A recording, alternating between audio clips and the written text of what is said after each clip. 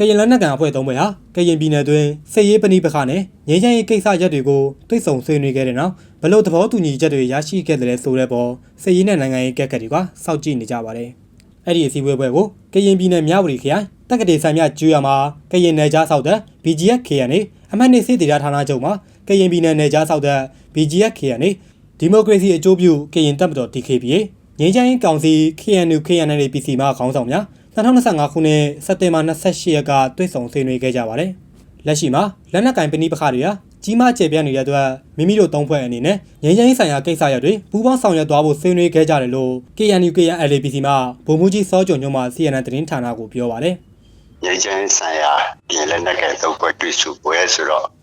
ဟိုစားပေါ်လေ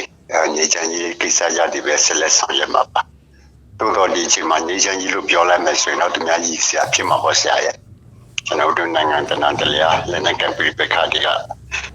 ကြီးမားကျယ်ပြန့်နေတယ်။နာကင်းပြည်နယ်ဆိုရင်လည်းပဲတိတဲ့ကြိုင်မဲ့လေတိုက်ပွဲတွေအဆင်ဆက်မပြတ်ဖြစ်နေတယ်။ဒီချိန်အောက်မှာကျွန်တော်တို့အတွက်ညီချင်းဆိုတော့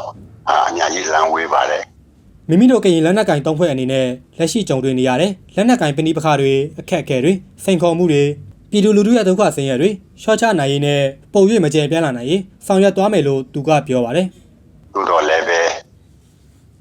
ကျွန်တော်တို့လက်ရှိကြုံတွေ့နေရတဲ့ဒေသခံပြည်သူလူထုတွေပေါ့ခက်ခဲတဲ့စိတ်ခေါ်မှုတွေ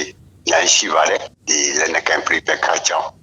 ပြည်သူလူထုတွေကြုံတွေ့နေရတဲ့နေ့တူကဒုက္ခဆင်းရဲတွေကိုကျွန်တော်တို့ကဟိုစားပေါ်လေ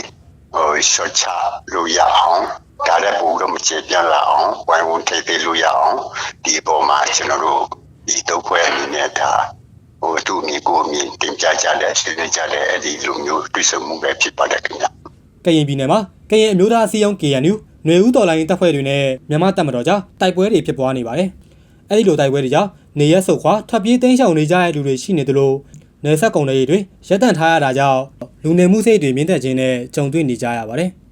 အလားတူလာမယ့်2025ခုနှစ်စက်တင်ဘာ28ရက်မှာကျင်းပဖို့စီစဉ်နေတဲ့ရွေးကောက်ပွဲကိုလက်မခံဖို့နဲ့ပူးပေါင်းမှုမပြုကြဖို့KNU ကထုတ်ပြန်ထားတာကြောင့်ကရင်ပြည်နယ်တွင်ရွေးကောက်ပွဲကာလမှာပဏိပခတွေပြင်းထန်လာမှာကိုစိုးရိမ်နေကြပါတယ်။